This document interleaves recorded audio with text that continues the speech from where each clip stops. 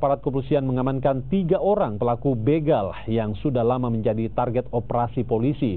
Saat diamankan, polisi menemukan 1 buah anak panah yang diduga kerap digunakan para pelaku untuk melukai korbannya.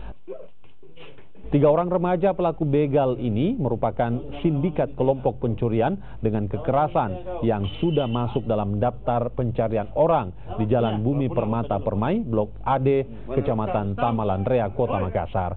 Setelah menerima informasi keberadaan pelaku, polisi yang berpakaian preman langsung menuju lokasi dan mengamankan ketiga pelaku saat sedang tertidur pulas dan langsung diringkus tanpa perlawanan yang berarti.